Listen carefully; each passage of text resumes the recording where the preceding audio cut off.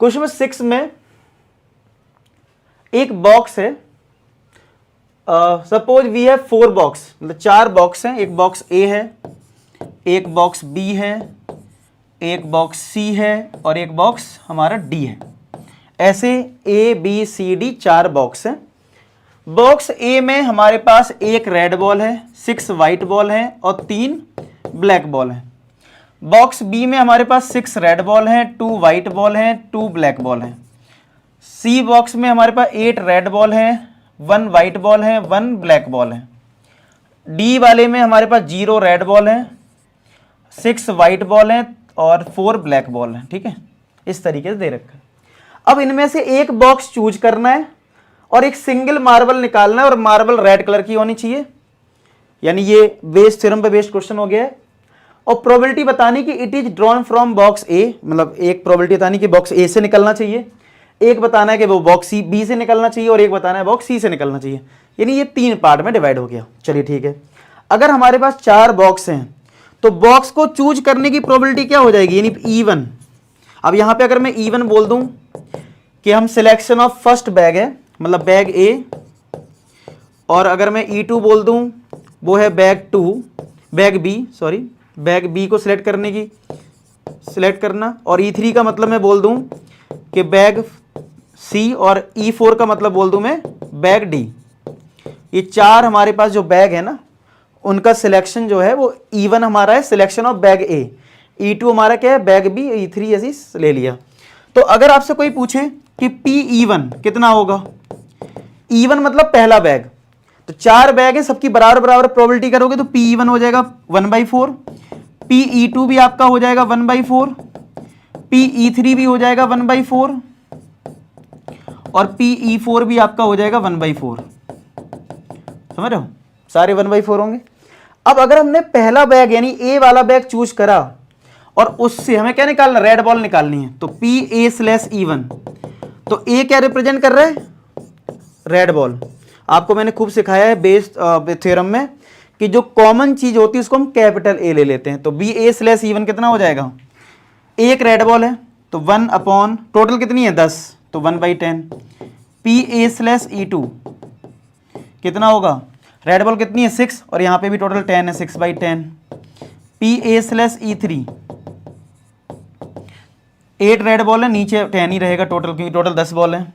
और PA/E4 red ball 0 है, total यहाँ पे भी 10 है, तो यानी ये तो 0 ही रहेगा। अब आपको क्या पहले पार्ट में बोलना है कि बॉक्स ए से बॉल निकलनी चाहिए। बॉक्स ए कौन सा है, E1 वाला। तो यानी पहले पार्ट में पूछा है आपसे कि E1/A बताओ। अगर बेस थ्योरम आपने कर रखी तो ऐसी करते हैं। तो अब आप इस फॉर्मूले में क्या करोगे, फेवरेबल ऊपर रहेगा यानी कि PE1 इंटू PA/E1 ये ऊपर रहेगा, और डिवाइड में क्या आएगा, टोटल मतलब ये चारों केस, तो PE1 into PA/E1 plus PE2 into PA/E2, PE3 PA/E3 plus PE4 into PA/E4, यही तो आएगा।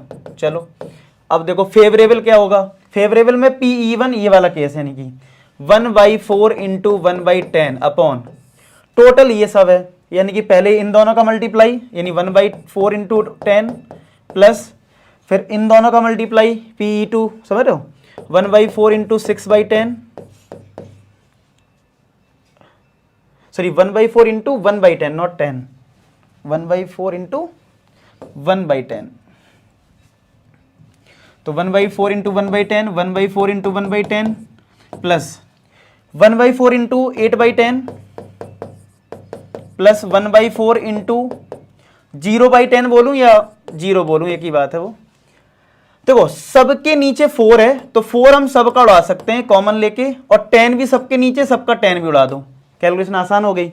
तो बचा क्या 1 इंटू 1 1, नीचे कितना बचा ये 1, यहाँ पे बचा 6, मैं कहूँगा खुद से करो कैलकुलेशन, 8 और ये 0, तो ये 1/15 आ गया। तो ये हमारा कौन सा आ गया, बॉक्स ए के लिए। किसके लिए आ गया, बॉक्स ए के लिए।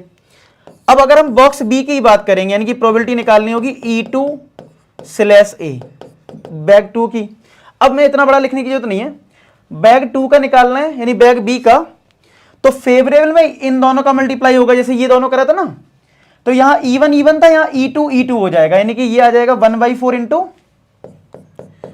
6/10, और डिवाइड में पूरा का पूरा यही रहेगा, टोटल प्रोबेबिलिटी डिवाइड में सेम रहता है, चाहे बैग ए हो, चाहे बैग बी हो, चाहे सी हो। तो डिवाइड वाला टर्म ये पूरा लिख दो, ये लिखा है 1/4 into 1/10 plus 1/4 into 6/10 plus 1/4 into 8/10 1/4 into 0/10। तो यहां पे भी 4 10 सबके हट जाएंगे, सारे सब सेम है, 40 एलसीएम ले लो, कॉमन कट जाएगा, तो ऊपर बचा 6 और नीचे तो वही 168 आएगा, तो ये 168 15 ही होगा, यहाँ 3 से कटेगा, 3 2 जा 6 3 5 जा 15, 2/5 आ रहा है। चेक कर लेते हैं सही है कौन सा क्वेश्चन, हाँ 2/5 आ रहा है। अब ऐसी किस बैग का निकालना है, सी के लिए निकालना है, तो E3C कर दो, E3C, तो क्या होगा, अब आप देखो थोड़ी स्पेस मेरे पास, चलो मैं कर लेता हूँ 1 मिनट, अब आप खुद से भी कर सकते हो वीडियो को पॉज करके, कुछ अब बचा नहीं है, ठीक है, थोड़ी कैलकुलेशन खुद से भी किया करो तुम लोग। तो अगर हम E3C की बात करें तो क्या करोगे इस बार हमारा जो फेवरेबल होगा, वो क्या होगा, E3 और E3, जैसे पहले वाले में E1 E1 था, अब E3 पूछा है, तो ये दोनों मल्टीप्लाई में आएंगे ऊपर, यानी 1/4 इंटू 8/10 अपॉन, नीचे सेम रहेगा ये पूरा, जैसा पहले में था वैसे इसमें रहेगा, यानी 1/4 into 1/10 sorry 1/10 plus 1/4 into 6/10 plus 1/4 into 8/10 plus 1/4 into 0/10, ठीक है। तो इधर भी 10 कट जाएंगे, सारे 4 कट जाएंगे, 10 कट जाएंगे, ठीक है, तो ऊपर बचेगा 8, नीचे बचेगा 15, तो 8/15 इसका आंसर आ रहा होगा, ठीक है, यही आ रहा है, समझ में आया। तो ये उस तरीके से सॉल्व हो रहा है, उम्मीद करता हूँ ये आपको क्वेश्चन समझ में आ गया होगा, नोट कर लो, बेस थ्योरम पे बेस्ड था।